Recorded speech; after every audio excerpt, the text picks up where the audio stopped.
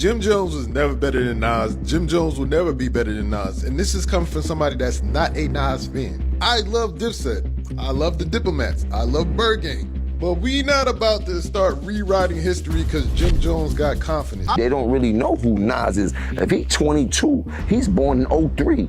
Not all of them, some of them though. Jim Jones hit up Shannon Sharp's podcast and let off a bomb, said he's not just relevant. He's more influential than Nas. Not equal, not close, more important to the culture. And the moment those words dropped, the whole vibe changed. 50 Cent didn't say a word. No clapback, no diss post, no shade. Instead, he posted a throwback federal transcript on Instagram. No context, just vibes. That alone got the internet spiraling. Fans started pulling up old wiretaps, dusty clips got pulled from the vault, and now Jim's back in the gym, yelling into mics like he's getting ready for a Rikers Island mixtape battle. But this drama, it ain't just about Nas. And it's definitely not just about some rap egos clashing. This feels like 50 flexing on the industry, reminding folks why some people skated past indictments while others took the fall. Jim might have thought he was just making a point, but he might have poked a giant way bigger than music. And when Jim brings up Nas, it always hits different. That tension between them didn't start last week. This beef's been cooking since 2002 when Nas jumped on Hot 97 and randomly flamed Cameron, calling his album trash with no real warning. That shot, it lit a fuse in Dipset, and Jim jumped into the fire without hesitation. From that moment, it was war on wax. Nas and Dipset were trading disses on mixtapes left and right. But Jim, he took it personally, said he was gonna smack the kufi off Nas, and kept that same heat on tracks like We Fly High.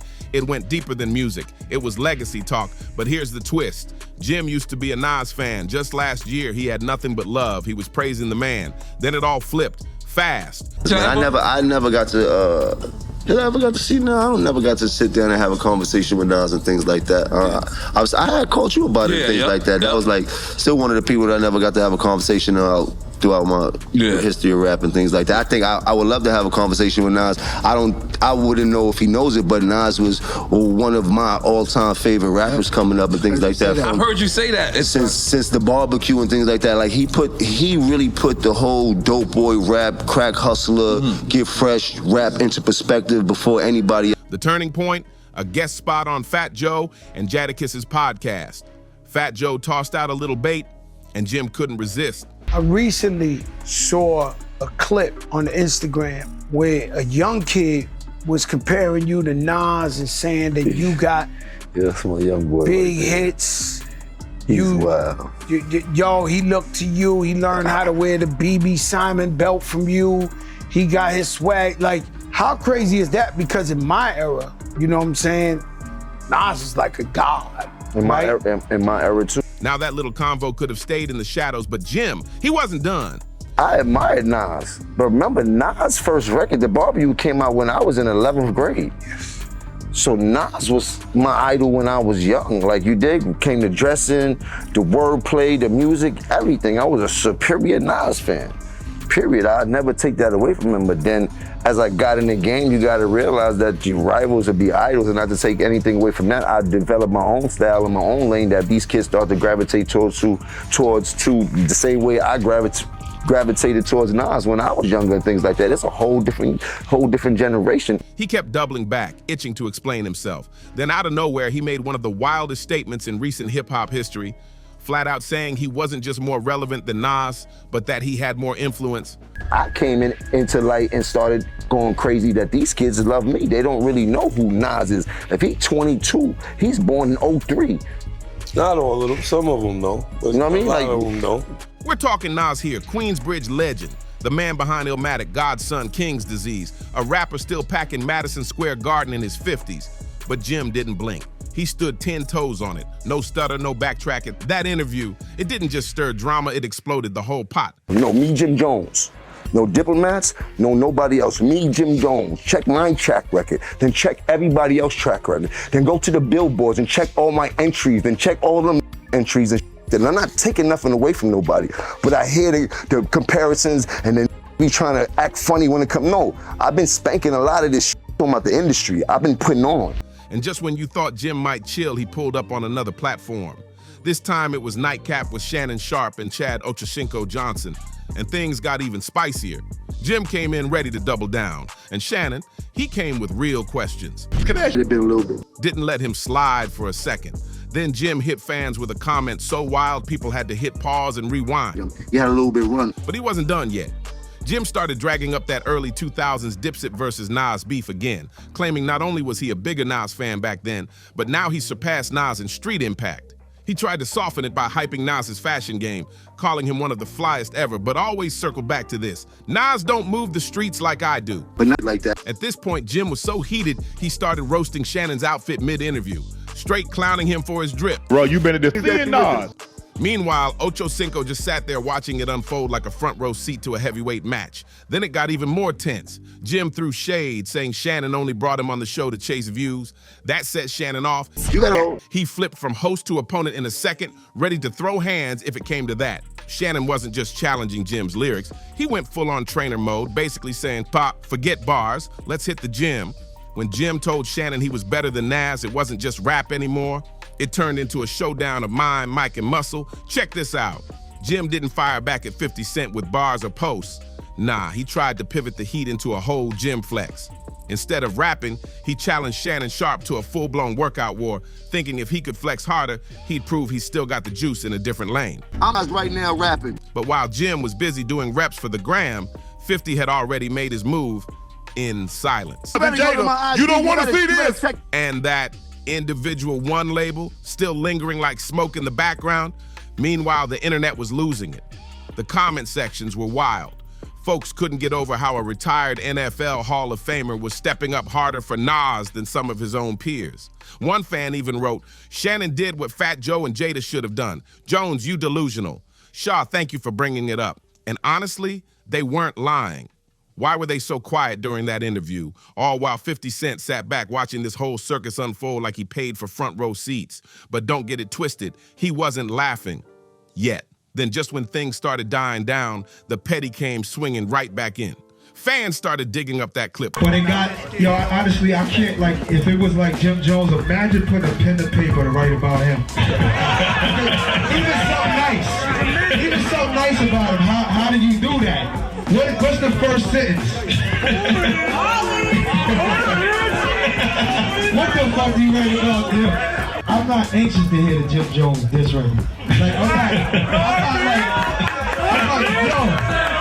The used to have so nervous was like B.I.G., Pop. Right. Even Cannabis, like Eminem, he'd have you like, if we go at it, dog, we gotta go hard. You know what I'm saying?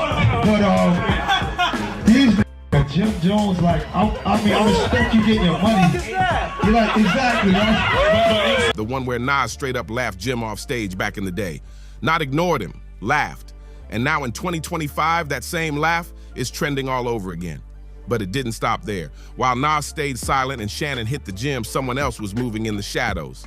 As soon as 50 caught wind of Jim claiming he was better than Nas, he didn't even break a sweat. He chuckled, dipped into his bottomless vault of petty and pulled out one of the wildest receipts in hip-hop history, Individual One Instagram caption. That's all it took. And boom, the internet exploded. Because if you know, you know. Individual One ain't just some nickname. It's a straight-up federal label pulled from the 2018 Tekashi 669 Mine wiretap during the 9 Trey Bloods trial. Prosecutors played a phone call that allegedly had Jim Jones giving orders to handle Tekashi for switching up. He wasn't named, just called Individual One.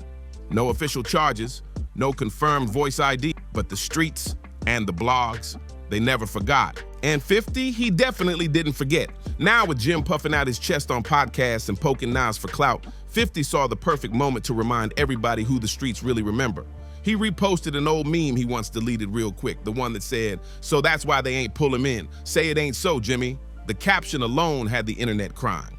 Rewind to 2019. The Shade Room posted court updates. A verified courtroom reporter said Tekashi named Jim as a 9 Trey member. 50 couldn't help himself. He chimed in. Then came that clip, 50 looking low-key terrified, jokingly saying, "I'm afraid for my life." This video of 50 looking terrified. I'm hiding out in Texas. Please, whatever you do, don't tell them I'm in San Antonio. Don't tell them I'm staying at the Four Seasons. Don't tell them, just please just don't tell him, man, because it's just so much pressure on me right now. I don't know what to do.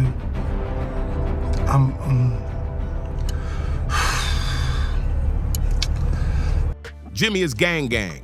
The internet laughed, but Jim, he was twitching. But this ain't brand new beef. 50 and Jim been off for years. This Nas drama just gave 50 the perfect excuse to drag Jim all over again. Flashback to 2007, right when Dipset was falling apart internally, 50 brought Jim and Joel Santana on stage at a G-Unit show. Straight disrespect. Cameron saw it for what it was, a dagger to the already bleeding Dipset legacy. Fast forward to the Tekashi trial in 2019, Jim's name pops up again. Individual 1 gets stamped on the wiretap. Even without charges, the rumor mill went crazy. And now, with 50 fanning the flames, Jim finally responded. But not how people expected. Jim posted a classic Bird Gang era photo, full Dipset drip. Caption, "Why you keep lying? LOL, I'm going back to sleep. Free Mel Matrix till it's reversed." That last part, a direct shout to his longtime friend serving 11 years on a racketeering bid.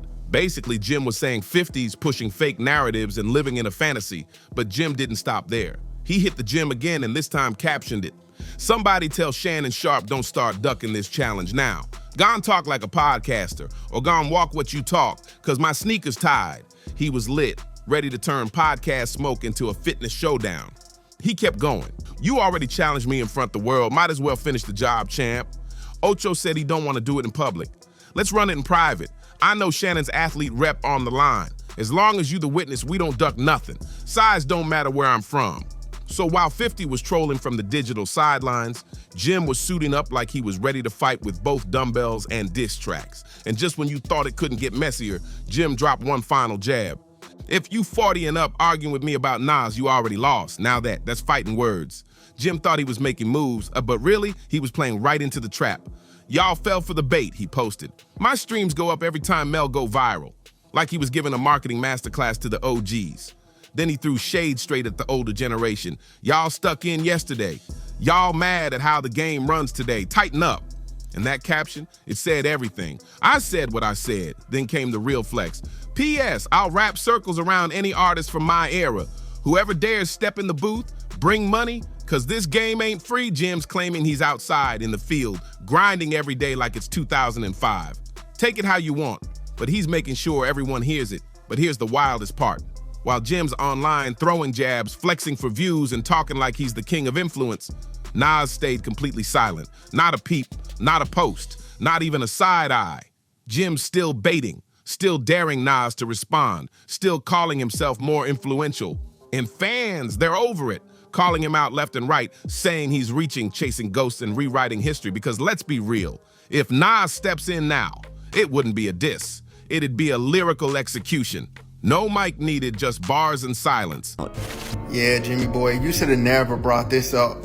Y'all are only 3 years apart, and Nas is just like murdering you. You asked us to look up the stats, and here they are. Like Jim Jones, like you got a couple songs. I mean, like literally, it's a couple. But we're talking about Nas. Let me show y'all Nas's last projects. Nas been getting it in since 2018. Jimmy, when the last time you put out an album? Oh, would you look at that? You have been dropping music. You've really been dropping music. But nobody's heard it. Nobody's listening, bro.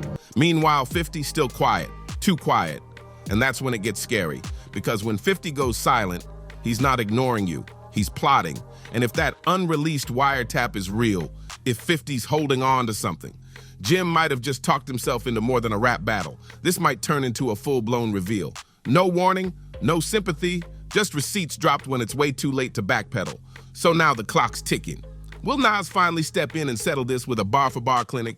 Or will 50 Cent let the streets handle it and drop the truth when Jim can't hide? Let us know what you think. Drop a comment, hit that like button, and don't forget to subscribe for more. See you on the next one.